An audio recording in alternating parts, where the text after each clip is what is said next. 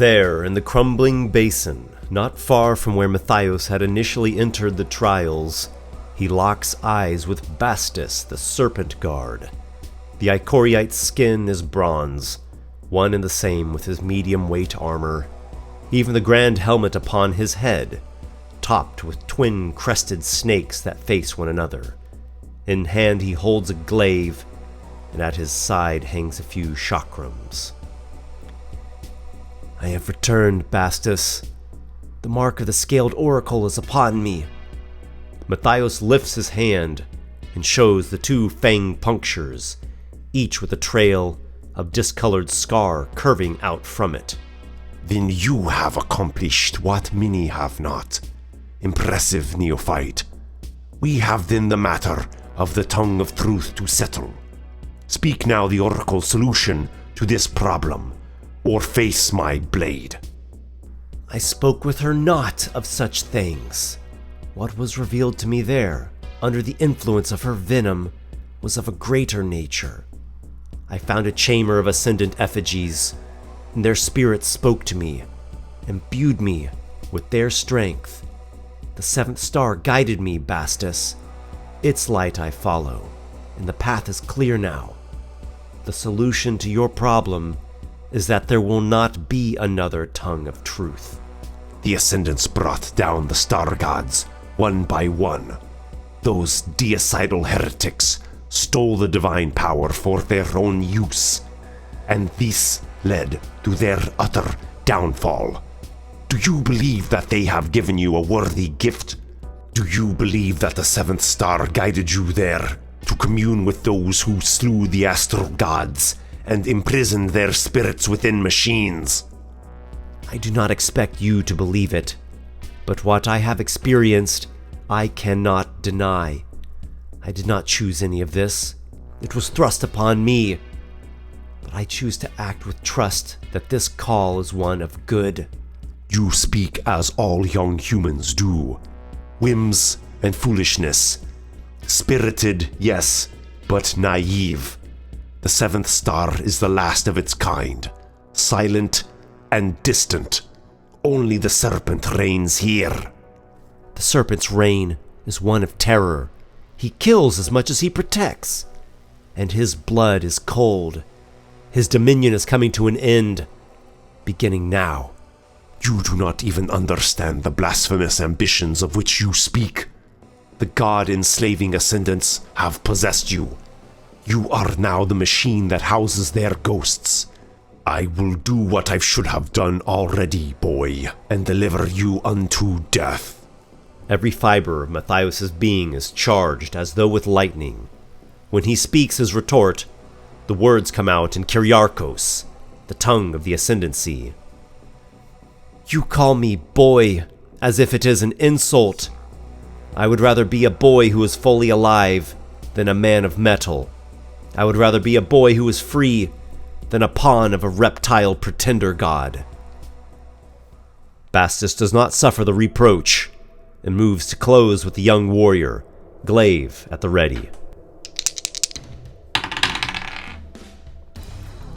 The Icoriite's aggression comes flooding out. He calls a far-reaching call, prayer-like, which resounds through the space, and a distinct hiss responds. Emboldened so, he strides forward and swings the bladed polearm.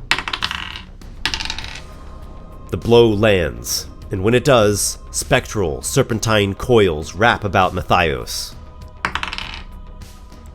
He struggles against the coils and keeps them from tightening around him. Bastus shuffles back a step, getting into a position that best utilizes the reach of his glaive. He looks ready to slash the instant the Neophyte draws near. Matthaios takes out the sparkstone from his pouch and flings it. It shatters against the ground near the serpent guard's feet, then throws out a blast of electrified sparks.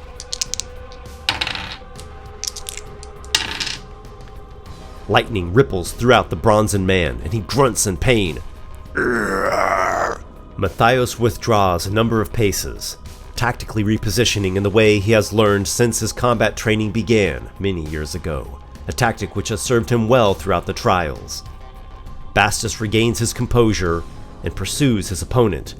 He comes within 15 feet, hurling one of the bladed throwing rings with a sidewise toss. The chakram glances off Matthaios' shoulder.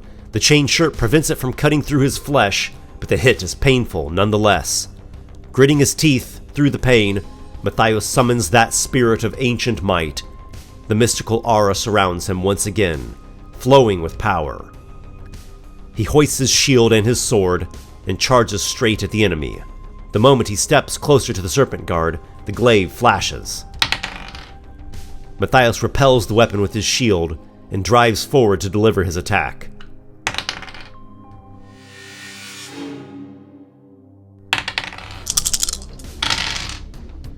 The blade strikes, and when it does, the mystical warrior invokes the fire rune. The symbol smolders like a forge upon his chest, and flames surge from the slash. Fiery bonds whip outward from the cut.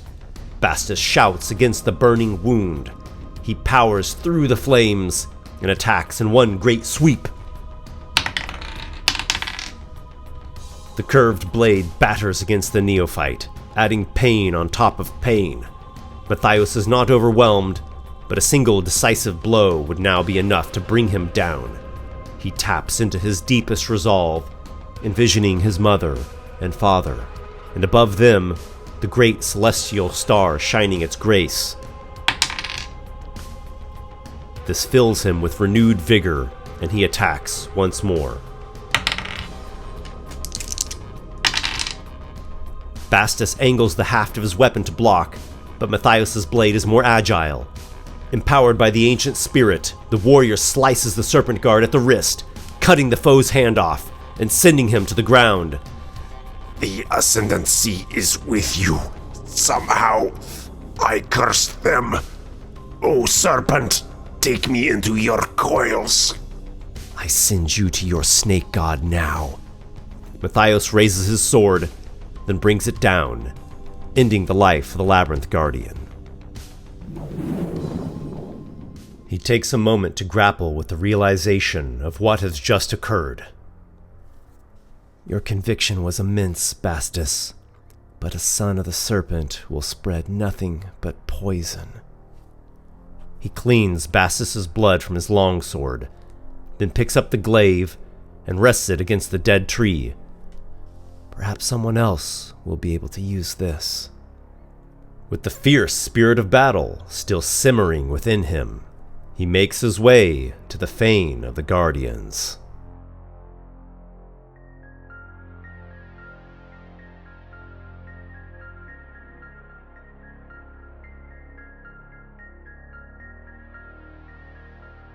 He knocks upon the great metallic door with serpent motifs adorning it. Shortly after, the Icoriite Creeth opens it. After looking over the mark on Matthaios' hand, he brings the young warrior into the fane. You have endured many tests of the trials, Matthaios Starcrux. Endured and won through. Honor be to you for that. I am proud and glad to accept your honoring, Creeth. The trials held far more than I could have ever imagined. I will never be the same as I was when I first came here. You have shed your old skin and emerged something greater. I do not need your snake illusions, for I have seen the serpent for what he truly is, a cruel, slithering deity, unfit for our worship. The seventh star has shown revelation upon me, and this I will bring to my people of Akarat Garden. You reject and despise our god, young one.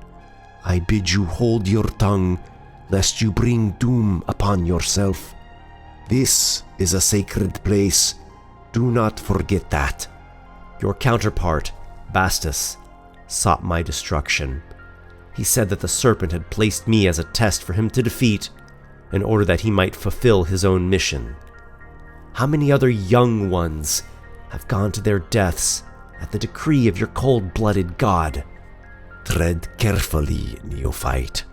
I am Neophyte no longer. Matthaios turns and walks away. Before leaving the shrine chamber, he gives a parting word in the tongue of the Ascendants. Bastus insisted again and again that we duel. He brought his blade to bear, and he fell to me. A subtle look of shock overcomes Kreeth's face in hearing the young man speak such a language. His eyes glance the mystic runes emblazoned upon the armor and shield of the warrior. He speaks, likewise using Kyriarchos. You should go. Not lingering a moment more, Matthaios exits out the western door of the fane and descends the stairs beyond. He comes to a huge gate that leads back to Labyrinthine Garden, and there he calls out that he has returned. A man calls back, over the high walls, his voice filled with excitement.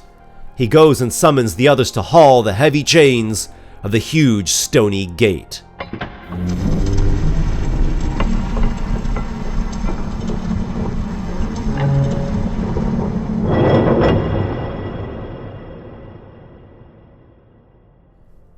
And thus Matthaios Starcrux made his return from the trials. He was received by the people of his garden city with tremendous cheers.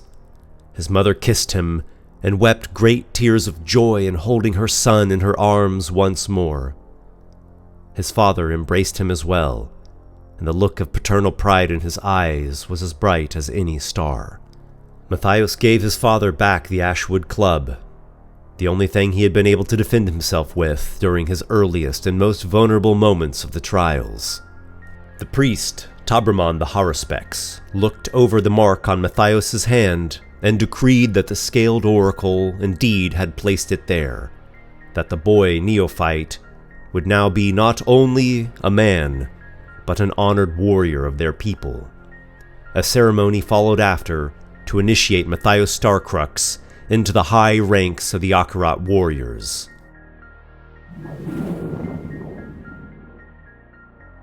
There is much that Matthaios has to tell his people.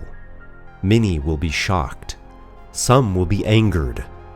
Others will have a spark of hope light within their hearts. Matthaios still dreams of the seventh star from time to time, and the eagle that descended from it, bringing its light.